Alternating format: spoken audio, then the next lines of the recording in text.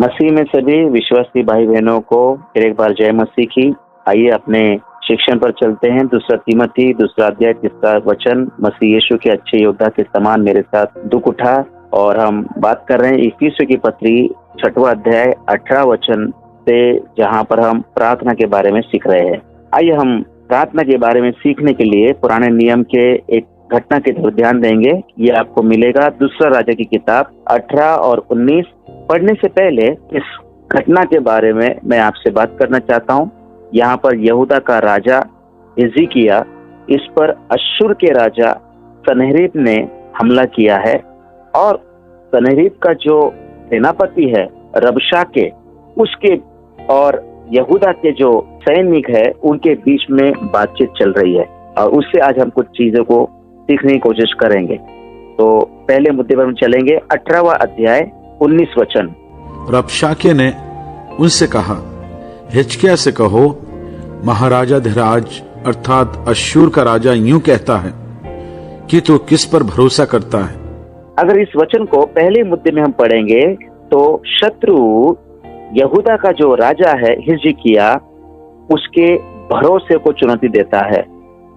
18वां अध्याय 23 और 24 वचन पे लिखा है कि आगे बातचीत बढ़ती है और वो उनको तुच्छ समझता है। 18वां अध्याय 25 वचन में पढ़ेंगे। इसमें क्या लिखा है? क्या मैंने यहोवा के बिना कहे इस स्थान को उजाड़ने के लिए चढ़ाई की है? यहोवा ने मुझसे कहा है कि उस देश पर चढ़ाई करके उसे उजाड़ दे। इस वचन के अनुसार ये सीखेंगे कि शत्रु हिजकिय्याह राजा उनके सैनिकों के मन में परमेश्वर के बारे में गलतफहमियां पैदा करता है। शत्रु कह रहा है, क्या परमेश्वर के बिना भेजे में आया हूं? आइए आगे चलते हैं। 18वां अध्याय 26 वचन।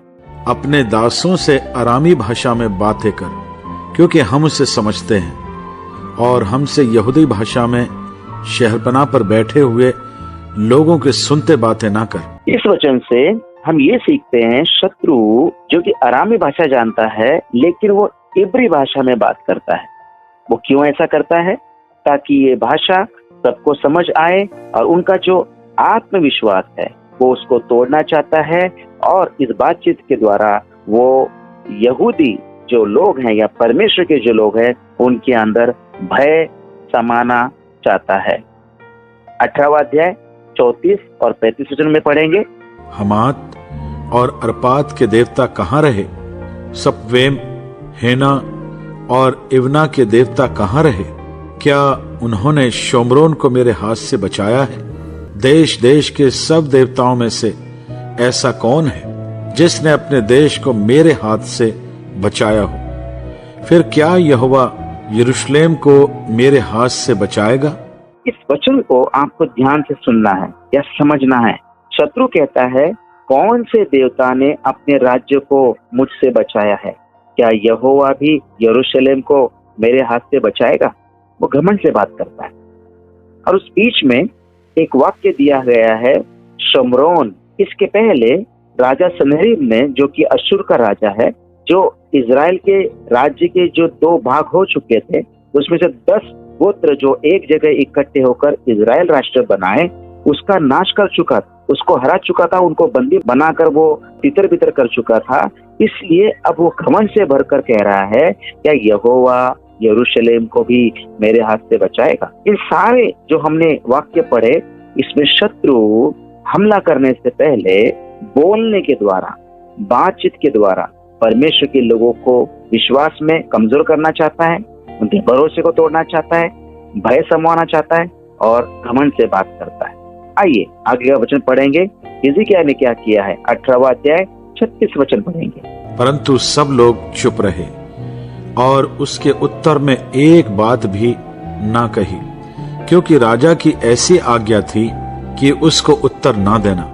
यही इस विजय की कुंजी है। अगर आप इस वचन को पढ़े और समझे तो हिजकिय्याह राजा ने अपने सैनिकों को आज्ञा दी, शत्रु से कोई बात नहीं करेगा। हम सीखते क्या है? इससे पहले कि आप शत्रु से बात करें, आपको परमेश्वर से बात करना जरूरी है। और हिजकिय्याह ने ये कुंजी सीख ली, ये रहस्य सीख लिया और आपको और मुझको भी ये रहस्य सीखना है।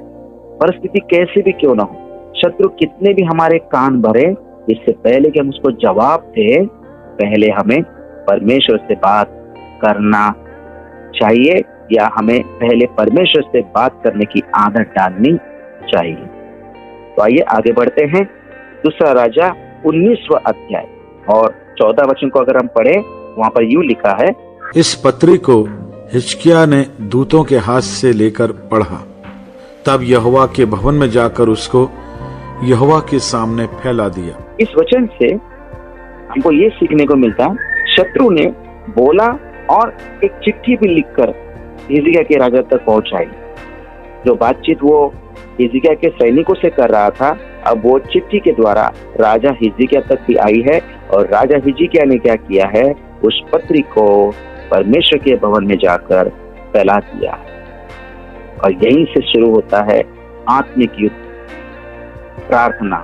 हिजकिय्याह ने वो जो शत्रु का खत है वो परमेश्वर के भवन में फैलाया और उसको उसे पढ़कर सुना दिया। और दूसरा राजा 19:20 में बाइबल बताती है, परमेश्वर ने हिजकिय्याह की प्रार्थना को सुना और क्या परिणाम हुआ। 19वां अध्याय 33 वचन पढ़ेंगे, जिस मार्ग से वह आया उसी से वह लौट भी जाएगा और इस नगर में प्रवेश ना करने पाएगा। यहोवा की यही वाणी है। हिजकिय्याह के प्रार्थना का उत्तर मिला। यशायाह के द्वारा परमेश्वर ने संदेशा भिजवाया, या यशायाह के द्वारा परमेश्वर ने हिजकिय्याह को बताया, शत्रु तुझ पर हावी नहीं होगा, वो तेरे नगरों में प्रवेश करने नहीं पाएगा, वो चला जाए। हालेलुया।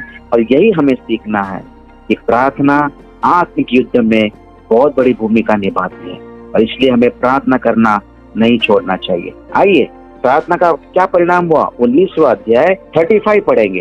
उसी रात में क्या हुआ कि यहोवा के दूत ने निकलकर अश्शूरियों की छावनी में 1,85,000 पुरुषों को मारा। देखा आपने, परमेश्वर ने प्रार्थना का उत्तर किस प्रकार दिया। परमेश्वर ने अपने दूत को भेजा और दूत ने जो है अश्शूर की जो सैनिक है उन सबको मार गिराया। और इतना ही नहीं, 19वां अध्याय 33 वचन अगर हम पढ़ेंगे, जो आपको और मुझको और उत्साहित करेगा। देखें पढ़े, उसमें क्या लिखा है। वहां वह अपने देवता निस्रोक के मंदिर में दंडवत कर रहा था कि अदोमेलेक और सरेसेर ने उसको तलवार से मारा। हालेलुया। ये आपके लिए मेरे लिए कितनी खुशी की बात है कि जो राजा अपने देवी देवता पर जो है घमंड कर रहा था, गर्व कर रहा था, क्योंकि उसने बहुत से राज्य जीते थे, यहोवा परमेश्वर ने उसी के देवता के सामने उसकी हत्या करवाई, वो मारा गया। और ये परमेश्वर, यहोवा परमेश्वर, जिसने आकाश और पृथ्वी को बनाया, ये उसके द्वारा हुआ। इसका मतलब इजराइल के परमेश्वर ने या यहूदियों के परमेश्वर ने अपने लोगों को तो बचा लिया, लेकिन सन्हेरीब के देवता सन्हेरीब को यहोवा के हाथ से नहीं बचा पाए। और इस वचन से मैं आपको उत्साहित करना चाहता हूँ, प्रार्थना करना ना छोड़े। प्रार्थना जवाब लाती है, प्रार्थना दूतों को मुक्त करती है, प्रार्थना सामर्थ्य के काम करती है, असंभव काम करती है। और इस घटना से, इस उदाहरण से मैं आपको उत्साहित करना चाहता हूँ कि जब आप और मैं इस आत्मिक युद्ध में है, प्रार्थना करना न छोड़े, कि परमेश्वर आज भी प्रार्थनाओं के उत्तर देता है, क्योंकि वो आज, कल और युगानुयुग एक सा है।